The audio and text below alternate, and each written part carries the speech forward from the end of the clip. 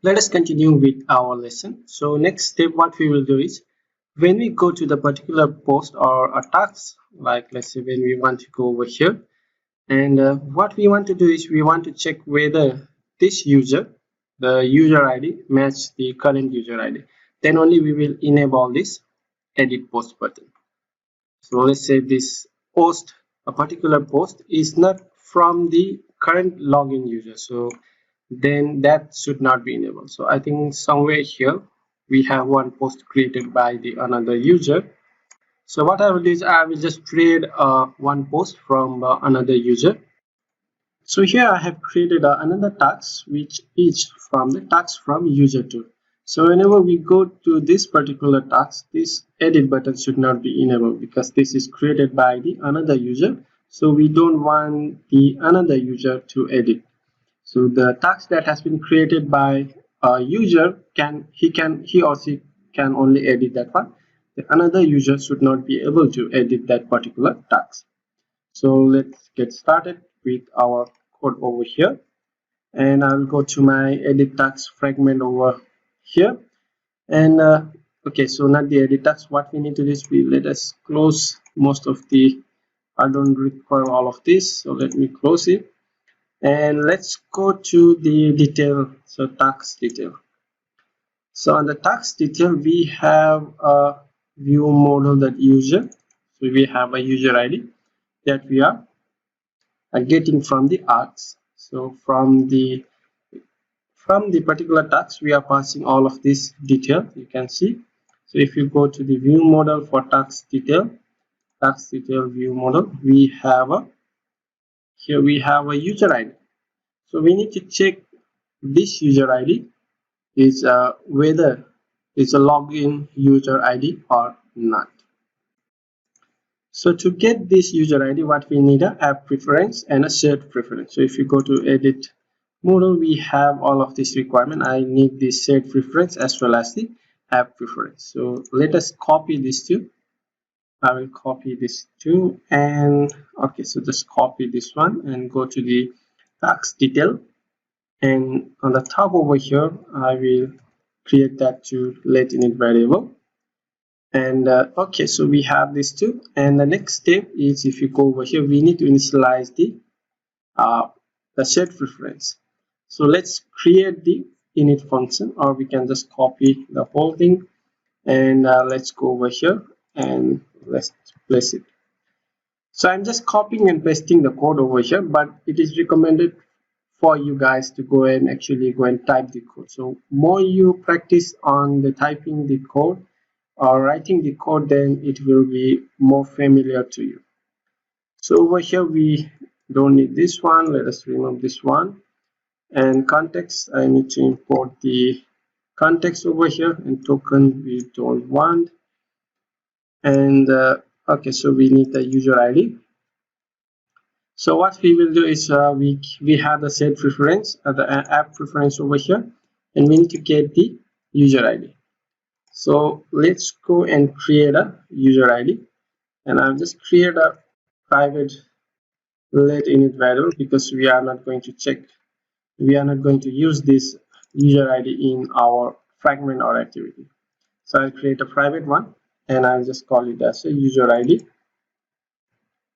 Okay, so user ID, each of a string data type, and okay, so we have a user ID, and we can just call it as a user ID get id that toString, because that was I think an integer.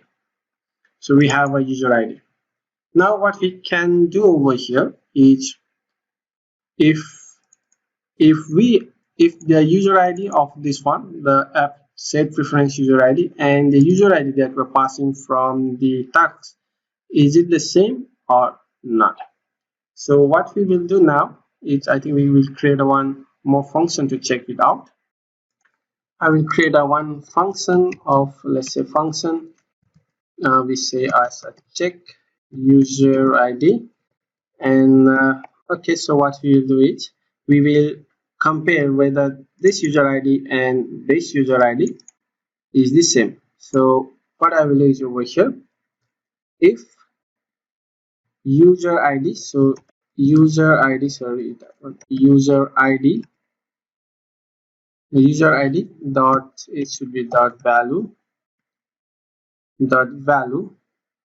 is equals to the user id that we are getting from the shared preference. So is it same? Then if it is same, then we will do something, otherwise we will go and do something else. We will go and do something. So we will create a one more mutable live data. So what I will do is val, and I will say that it's editable, so it's editable, and I will sell the calls mutable live data of our boolean flag and equals to each of our mutable live data. So we have each editable. So now what we can do is over here, each editable dot value, you can say is equals to false. Sorry, it should be true.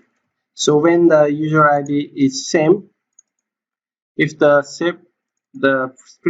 shape preference user id and the user id that we're passing from the task, is it same? So if it's same, then we are going to enable. So we are setting this is enable equals to true, or else we can, if the user id doesn't match, then we'll just go and set this one as a false. So this way we can compare that these two is whether same or not. So we have some option to here to clean up the code. This is particularly a traditional way that we do a if else statement, but in Kotlin we can just write a cleaner code. So I can just say a clean up code over here, or remove the redundant if statement. So you can see it clean up the code for us. So that's the beautification of the Kotlin. We can see over here that if value for the edit text is editable is whether these two match or not. So if these two match, then it is set as true, otherwise it will be set as the false. So that's the beautification we have over here with the Kotlin, and we can write a single line code and remove the verbose code that we have previously written. And so what we will do now is we will go to the our task detail fragment over here, and we will observe that value. So you say view model dot, we say each editable. So view model dot each editable dot observe, and we can say the observe is view lifecycle owner, and comma observe this one. And if we say it is true, then we are going to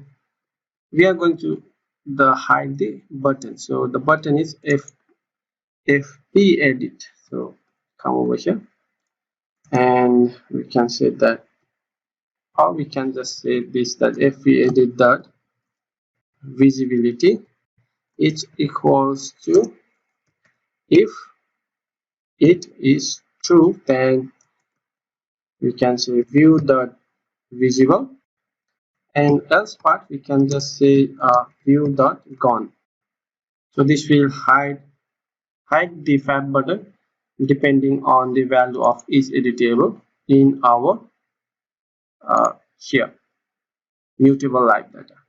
And the next step is to, first of all, we have to check this one. So we need to check the user id.